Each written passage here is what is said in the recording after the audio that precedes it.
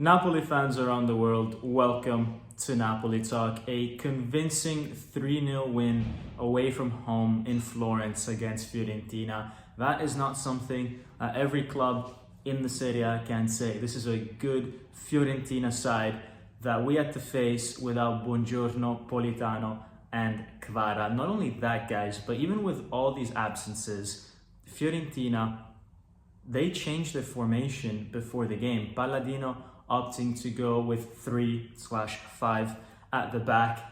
That didn't work out for him, and he changed back to 4 at the back later on in the second half. But now this is the second time, I think, this season that big clubs have gone out and changed their structure when they face Napoli. The other team was actually Atalanta. They did that successfully against us. Let's try to forget about that. But it shows that this Napoli team is feared by the opposition, and it is growing. It has been growing, I think, since the start of December. I think ever since that game against Udinese, we've really been able to turn the page, and I think the players now, especially after this win, without the likes of Buongiorno, Politano and Kvara, they're starting to believe in the strength of this group, the strength and depth of this squad, and you can't help but look at the table and see that you are 12 points above 5th place. Yes, you have a game extra compared to them, but nowadays it's very difficult to tell the players that the objective is top 4. The objective now has to be the Scudetto. I think we've pretty much wrapped up the top 4 discussion for now, and us as fans and the players and Conte for sure now will be thinking about the Scudetto in the second half of the season. But let's go back to the game that we had against Fiorentina. It actually didn't start off very well. I thought we were very sloppy in the first 10 minutes, especially, guys, in the midfield. We kept trying to make these passes down the center that just didn't work out. What we were very good at, though, is we were great at winning the second balls. You know, there were sloppy passes, we lose possession, the ball would be bouncing around, and we would be then the first to go and reconquer it.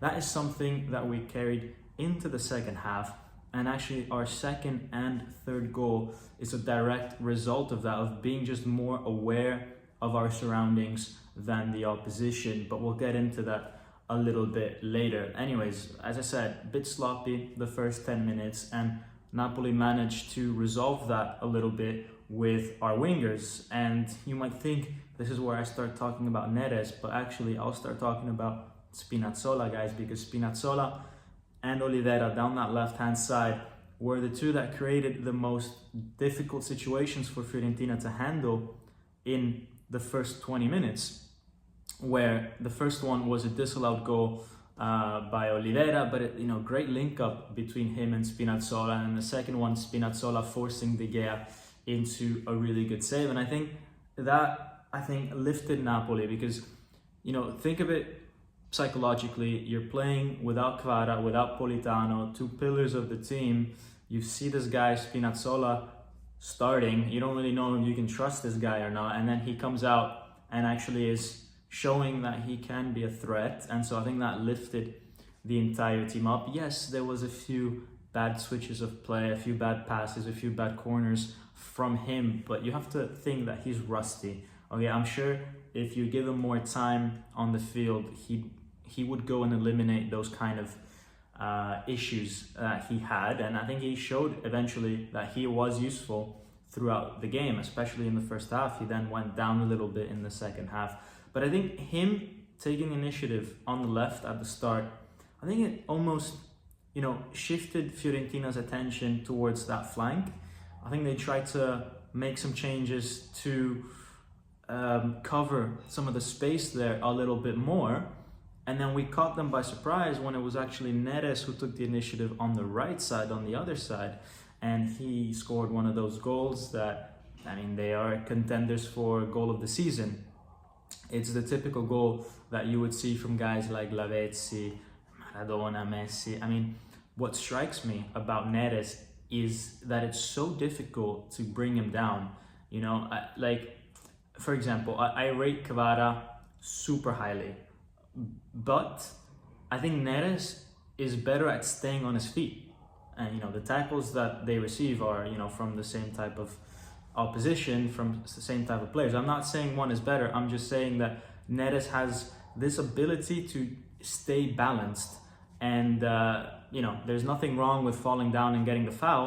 The problem is that in the Serie A, Napoli often doesn't receive fouls. And how many times have we seen Kvara being taken down, even in the box, and nothing's been awarded to us? And Neres kind of solves that problem by staying on his feet because of that extra bit of balance that I think he has. A bit of innate Samba in him. He's able to find that next step. And that was so critical because, there were 2 moments in his goal where I thought for sure he was going to fall down, and he didn't. And, it almost catches the opposition a little bit off guard. When you think someone's going to fall, he doesn't, he continues. Now you're at a different running rhythm compared to them, and he's able to surprise De Gea with his right foot. Now, after our goal, guys, Fiorentina did have a reaction. I think we a little bit allowed that to happen because we could have done a lot more in controlling the game. But ultimately, guys, this is something that Napoli needs to improve on in general. We've seen that in other games as well, that after we score, we allow other teams more possession of the ball. We allow them to attack us. And, it's one thing to absorb the pressure when you have Buongiorno on the team. It's another when you have Juan Jesus. He had a good game, but it's always a little bit risky. And Mose Kean, a little bit took advantage of that. He scored a goal. Ultimately, it was ruled off for a handball. But hey, we were that close to going back to 1-1 after, Neres pulled off such an incredible feat. So we just have to be very careful with that. And that's, I think, the next step in our growth. It's that we need to make sure that we just control the game for longer stretches of the time, especially after we score, because it happens a bit too much. But look, these guys are doing an incredible job, and in the second half, they turned the page. We were dominant. You know how I said that we were winning all the second balls in the first half? That continued to be the case in the second, and we did that in the most crucial of places. For example, in Fiorentina's own box. That penalty that we scored, that we got from Anguissa getting fouled by Moreno, you could interpret that as a Fiorentina mistake, and it is a Fiorentina mistake because that guy, he should have just let the ball go out for a corner, once he regained possession. But Anguissa was there, he kept pressing him.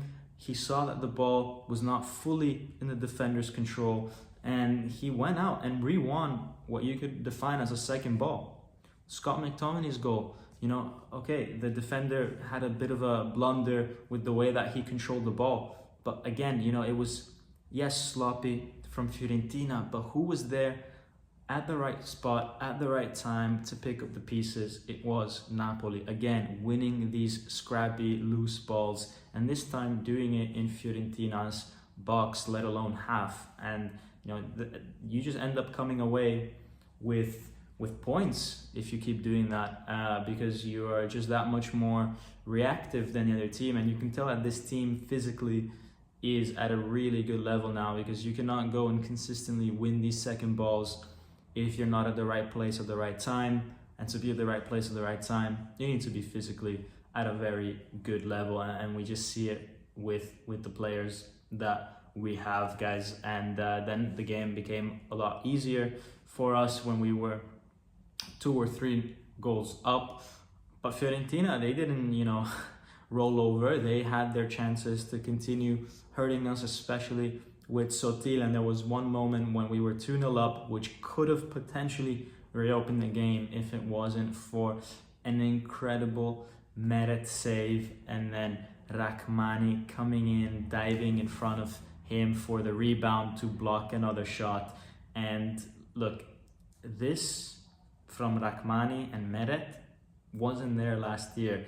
This is something that we saw a bit more in our Scudetto winning season, and I think it just illustrates that these players are operating at such a high level again, and it's because they believe in the cause. They believe that there's something to go out and win, and raises your level. They're willing to put their body on the line, quite literally, like how Rachmani did for that shot that was blocked. Guys, the game ended a bit on a sour note, even though it was 3-0, with Oliveira getting injured. First impression seemed quite bad, but it seems that after the first initial exams, it's not so big of a deal. Maybe Oliveira just has a really low pain threshold, or he's just a bit dramatic. But it seems like it won't be a horrible injury. It seemed quite horrible from his reaction. You know, like I was expecting like a broken tendon or something like that. But it seems like it's maybe not so bad. And then, guys, Inter, beat Atalanta in the Super Cup semi-final. Something that I want to end the video on. We don't know if they're going to go out and win the Supercoppa, whether it will be them or Milan in the Milan derby at the time I'm making this video. But Inter's win against Atalanta was significant. Not so much for the Supercoppa. I mean, it is for Inter, but for the title race, because on the one hand, Inter now have an extra game to play, but psychologically, that can't be easy for Atalanta to digest, because Inter, I think, dominated that game. Could have been more than the goals that they scored. And I wonder if a team like Atalanta, who, it's kind of their first few seasons at such high levels at the top of the table, are they going to be able to react positively to that? Or will they think, maybe Inter's got this? Will they look at Napoli's result and maybe think, wow, this Napoli team's also kind of got this? Let's see. Anyways, guys, with that, that's everything from my side. Man of the match, Neres. Shout out to the whole team. See you guys live for the next one. As always, Forza Napoli sempre. Ciao.